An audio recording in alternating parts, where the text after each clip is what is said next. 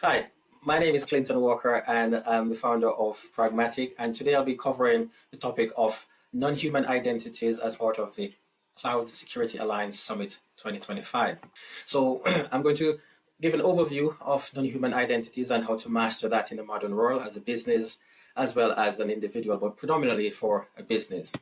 So in terms of the agenda for today, I'll be covering what they are, the evolution, and why they are such a huge risk for businesses. And I'll give you an overview comparison in terms of the risk relating to that, to each of those non-human identities as well. And there'll be a comparison matrix as well in terms of looking at the human identities alongside the non-human identities and how they differ.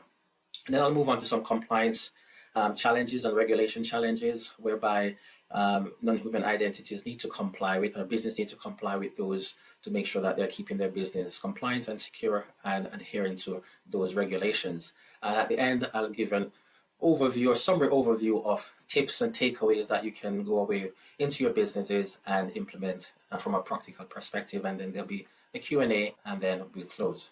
So let's get going. So non-human identities, as their name suggests, right? They're identities that are not related to or attached to a human, whereby a human can go and interact with it as they would with a password or username or token. And these are predominantly service accounts, which I'll touch on later on to give some context as to what they are, how to identify them, and where they're predominantly used. So just to touch on a little bit of an evolution of identities. Back in the days, in the 1960s, it was Fernando Corbato who invented passwords, and that is said to be the first time someone attempted to create identities, and he used that as a mechanism to share files and have users at MIT to access their file on the server without impacting privacy. So identities are coming a long way in terms of how it's used, how it was used then, and how it's used now in the modern world. So pre-cloud, we always use, when we have the old infrastructure, old IT departments in the business, and it's not outsourced, we tend to use service accounts, and these service accounts are used to run bash jobs, and they're not attached to a human, even though sometimes people can hard code their own names or service accounts named to systems. But that's what predominantly was used pre-cloud in terms of non-human identities, whereby these service accounts run batch jobs, tasks, and used to connect different systems in the back end of the IT ecosystem.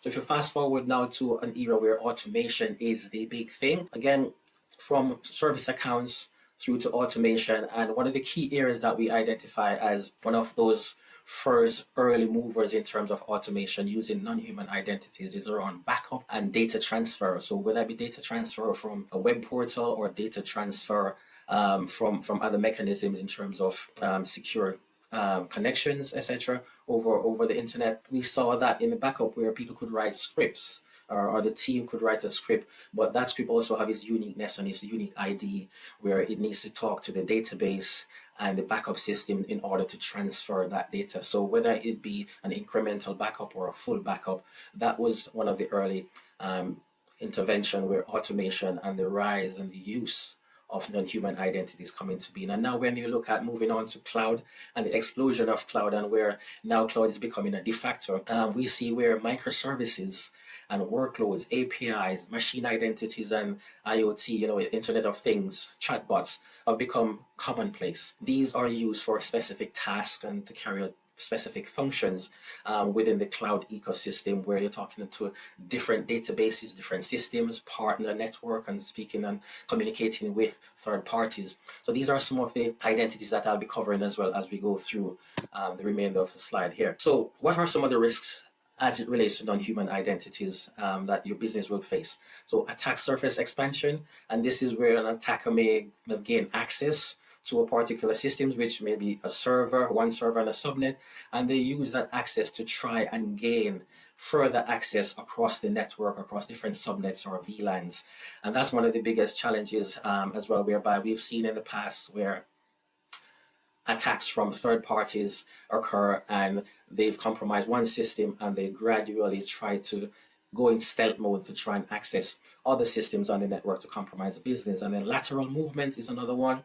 And that is where, an employee, for example, may have a lot of privilege in some respect. And from there, they can actually move around the network as well, similarly to in terms of the attack expansion.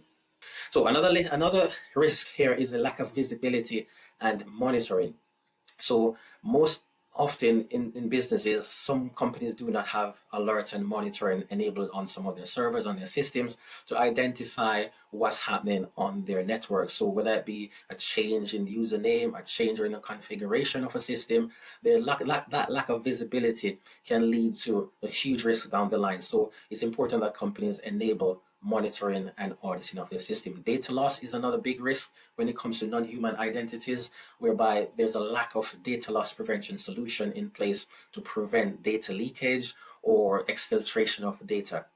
Accountability and auditability and traceability is another one, whereby, in terms of auditing accounts on a regular basis, it's very important to audit user accounts, users as well as the non-human identities. We tend to get hung up on auditing user access, user accounts, but for some strange reasons, we do not apply the same logic and best practices to the non-human identities. And in some respect, it's a case whereby you've configured it, you've created non-human identities, whether it be a service account, and you've kind of left it there because it's there for a purpose, and they're typically outliving a staff in terms of the business because it's there to connect to the database, read data, interpret data, and process data. So auditability and traceability is important there. And third parties in terms of supply chain attacks, I've briefly touched on that. Supply chain attack is said to be one of the most popular. Over 50%, 60% of attack tends to happen through a third party. And that is a huge, huge problem for businesses. And it's only recently in the news you've seen a lot of news articles talking about attack that were initiated via a third party who probably didn't have strict controls in place to prevent attacker from gaining access to their systems. Now, another risk is overprivilege and privilege sprawl. And overprivilege is where, for example, you're the CISO, you're the IT manager or the owner of a business, and as the owner of a business, you think that because you're the owner, you need to have access to all the different systems. And in terms of auditability and separation and segregation of duties, that's not best practice. So you tend to get these access that you don't really need, and it doesn't contribute towards the role, or you don't need it for the role that you're doing. So that's overprivilege. In terms of privilege sprawl is where, for example, I'm working in a business in, say, the IT department. I've moved over into the HR department and I still carry my access with me. Moved on from the HR department to accounts or payroll, and I still carry on those using and having access to my previous access from the IT department. So that's an area whereby movers and levers within the business need to be closely monitored to mitigate against this type of risk. And the other aspect is lifecycle management, and that's looking at those accounts and looking at their life cycle, review them and make sure that they're still fit for purpose and maintaining compliance as always. Now, I'm going to move on into the specifics of some of the non-human identities. So the first one that we'll be looking at is service accounts. I've touched on these earlier, but these are used to carry out specific tasks in terms of the database usage, services, and scripts that are used to access files.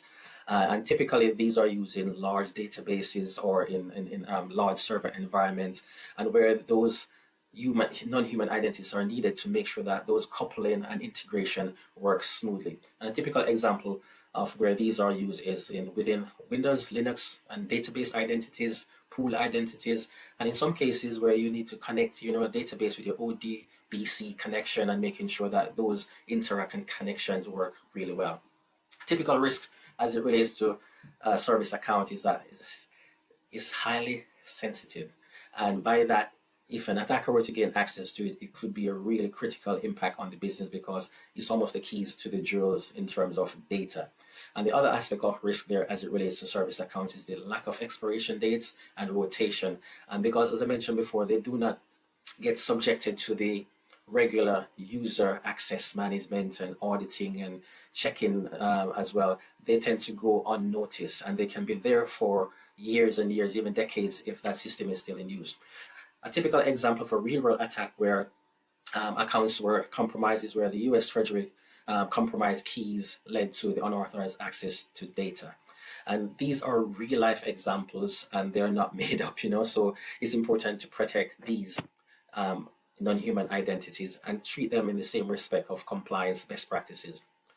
The other non-human identity is APIs, and we all hear about APIs. We heard the acronym, these are used to authenticate and authorize access between systems and services. So, for example, if you were to, so a typical example of APIs are OAuth access tokens, JWTs, microservices, REST APIs, and a typical risk relating to APIs if it were to be lost, stolen, or compromised is the lack of visibility that, again, it doesn't get in terms of review and in terms of managing API, whether that be with a specific API management tool, theft, misuse, etc. And again, another real world example of a breach that took place, and this was with the New York Times, and managed API tokens gave access to sensitive services.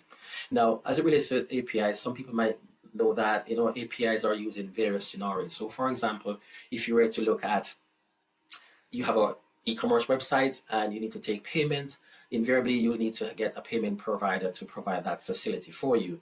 That is not exactly residing on your website, but when you click on payment to make sure that you check out that particular item, you'll see a special or a different screen that pops up, and that's where the API call is being made in a secure manner or within an iframe to make sure that that card data details is being transmitted to the payment merchant securely and from the payment merchant to your bank account. So that is typically an example of where an API could be used. It could be used to transfer data, read data, get data, or push data somewhere, and this is used in this manner as well.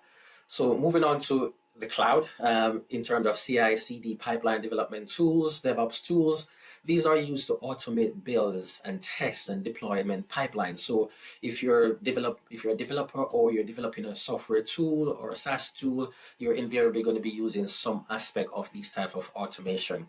And some people use Terraform depending on which platform they're using, and these can automate those pipeline development and pushes code out. But it also remember that each of these tools has their unique identity because they need to be able to identify themselves as almost like a trusted entity when they shake hand with the other services that they interact with. Typical example is Jenkins pipeline tokens, GitHub action secrets, and it was only a couple, maybe less than a year ago that or earlier this year, maybe, there was a breach whereby GitHub was breached and a lot of keys and credentials and tokens and GitHub secrets were exposed, and Reddit and various other online sites that were carrying that news. So again, the importance of securing non-human identities can never be overstated. A typical risk here as well as it relates to non-human identities is secret sprawl. So again, you might use one of these identities or string of code to do a particular task. You may reuse it somewhere else or it gets forgotten and it end up creating a data compromise or a data breach, which may not be reported because it's rarely audited. These identities are rarely audited, and that's where we are bringing forth these awareness to you as part of your holistic risk management approach. Another risk as it relates to DevSecOps and CIDC identities are on improper revocation or hard-coded credentials. Hard-coded credentials are back in the days when we used to do things a certain way in the IT department, but it's bad practices because these hard-coded credentials, they can affect the system in a dramatic way in terms of accessibility, performance as well, and it's easy to decipher as well. So hard-coded credentials is totally a no-no in the respect of non-human identities. So as it relates to cloud workload and identities, these are used to authenticate and automate privileges between services as well, similar to some of the others I just mentioned. But they're a typical example of these, and where their uses are in AWS, IAM, roles, and identities, Azure, Google services, and Google service accounts. And typical risk around these cloud workload identities are privilege escalation, misconfiguration, and misconfiguration sometimes is one of the other challenges as it relates to data breaches or disruption in services, because a misconfiguration can cause a lot of knock-on effect given the complexity of integration that happens within that environment. Unauthorized access is another risk that is typical of workload identities, and manage privileges and access. Again, there's a theme here. Things that are unmanaged, things that are not audited, things that we cannot trace, right? Another real world example here is Toyota, where leaked credentials expose cloud infrastructure.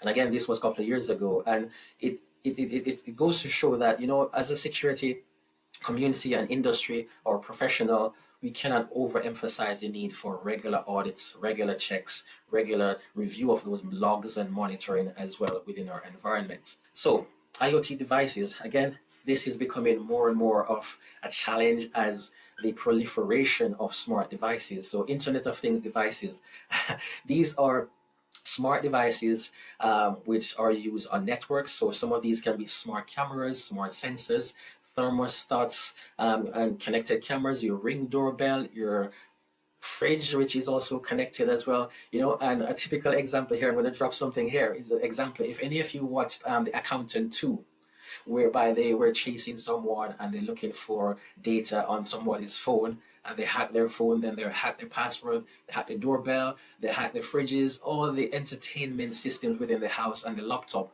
was hacked. And that is a typical smart house where IoT devices were all interconnected. And again, with hackers with the right tools, and you with a weak password to your system, there's no chance of you surviving. But I decided to add that anecdote there to watch The Accountant 2, because that particular scene demonstrates the importance of strong password and being proactive with all of these smart devices at home.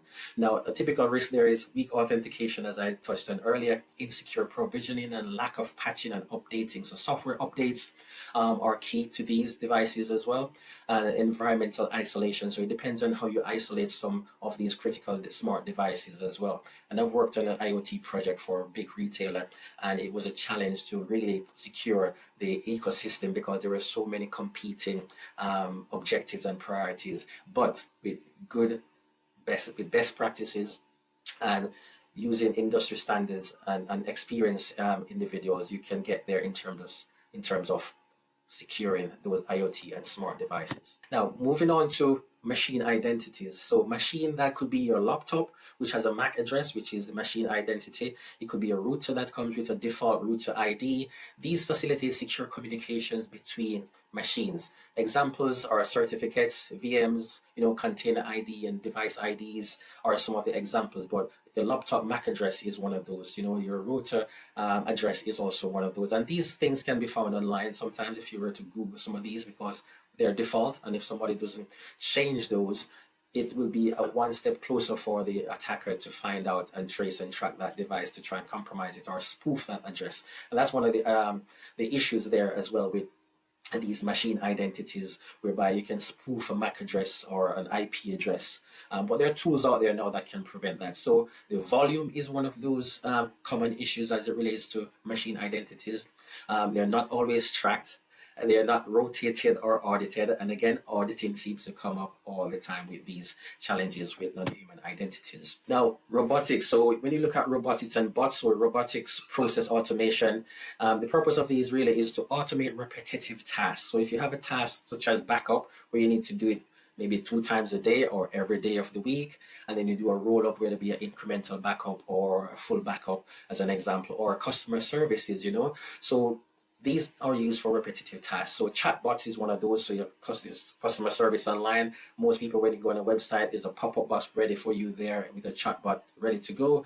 Trading bots that are used in the trading floor. There are other bots as well out there, and there'll soon be bots for pretty much every function at the rate at which AI and robotics are taking over right now. So typical risk as it relates to RPA and bots is that, again, is privilege sprawl, data leakage, and lack of monitoring. And as it relates to privilege sprawl for bots, etc., it's very important that if you're someone or a business that are looking to implement these tools or these human identities attached to these tools, make sure that the line of demarcation in terms of access, privileges, and what they can access in terms of doing the task that they are instructed to do is very limited to start off with.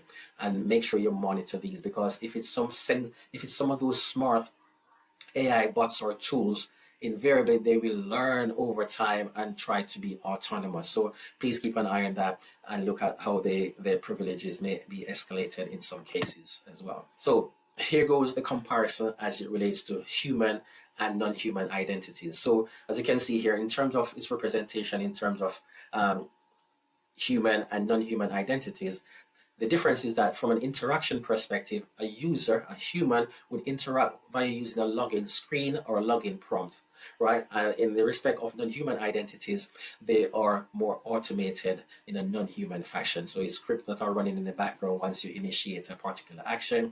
We look at authentication. Authentication is a username and password, or SSO or MFA, where you have to use a code or some kind of PIN.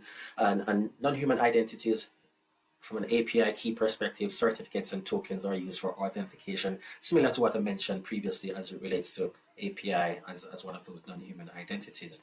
In terms of scale, the scale for human is more of a workforce basis, in that it's a work environment, it's for business in terms of the operation, but the volume there can be very limited due to the number of people on that workforce.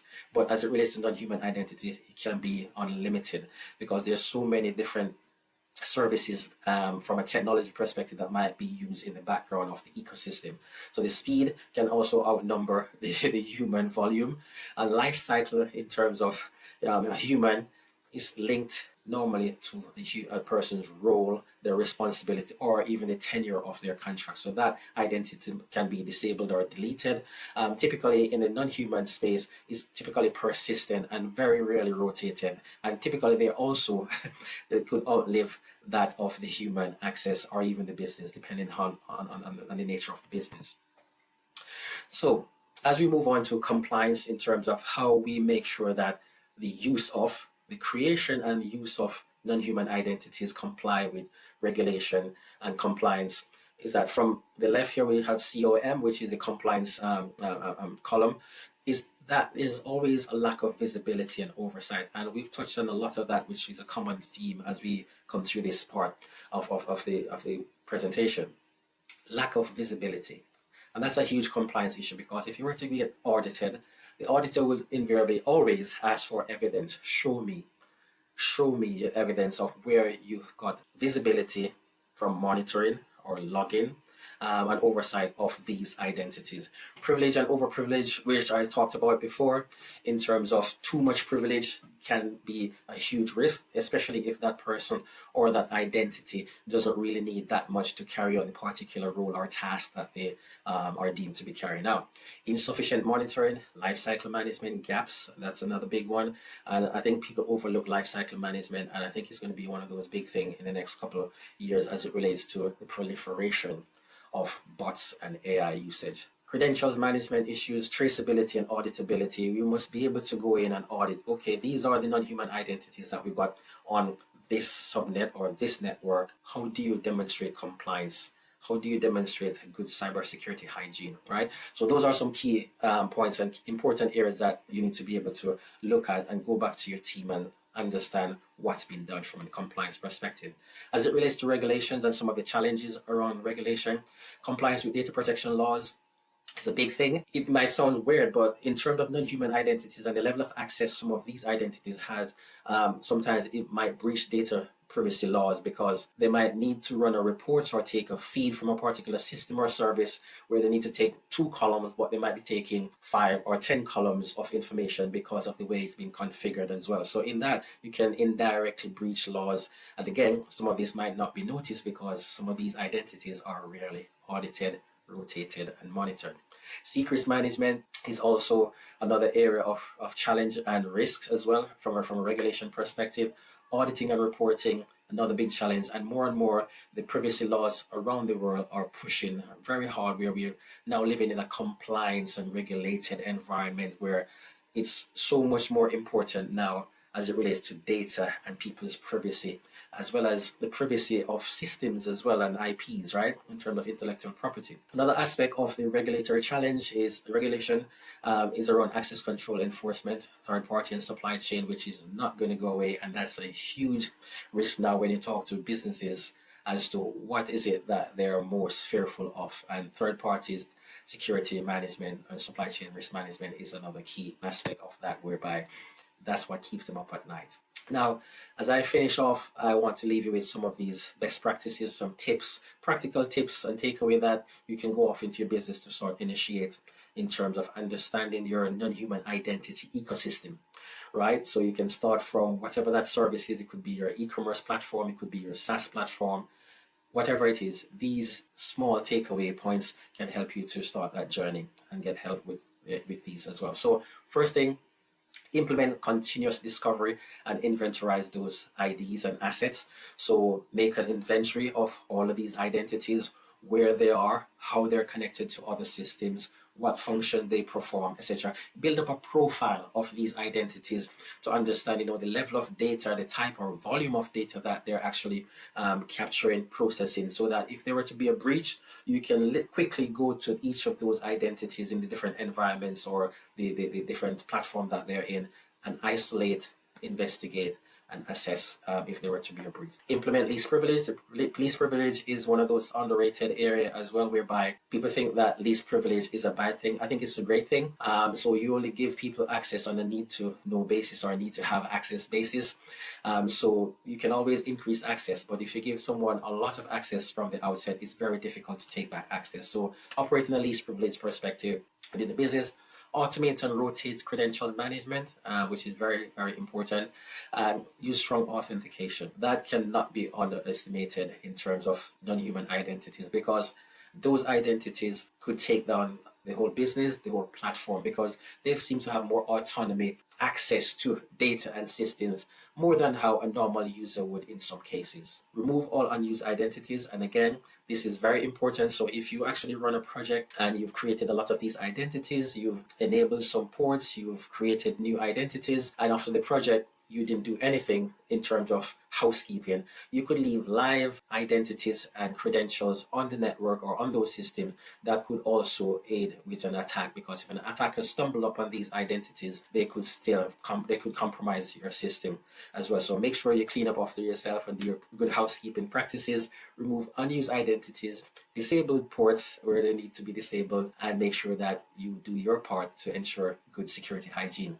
Segregation and isolation is another thing, whether it be segregation of duties, segregation of your network, segregation of these identities based on the roles that they perform is also good practice. Monitoring and auditing, again, make sure that on a periodic basis you work with your relevant team to monitor these identities to make sure, one, are we still using this? Do we still need these identities or these accounts to process what we're doing or not? If not, disable, delete, get rid, right? Make sure that you're always doing your housekeeping, because if you were to be in breach and be fined, the ICO or the regulators will come in and want to understand what steps have you taken to ensure that your monitoring and auditing practices were effective, right? So please make sure that you have an audit trail of things and audit all those systems. And the final point, again, I will touch on is third-party risk management. And again, cannot say enough about that. Make sure that your third parties are vetted and have strong security controls in place, maybe as strong as yours or better than yours, because those are the weakest links or entry points into your business, where somebody can piggyback onto a third party, whether it be their VPN connection or by use of credentials. So please make sure you monitor. Okay, any questions? I'm happy to take any questions now, so please just fire them away and we can work through those to help you understand more of what we talked about in terms of non-human identities. Thank you.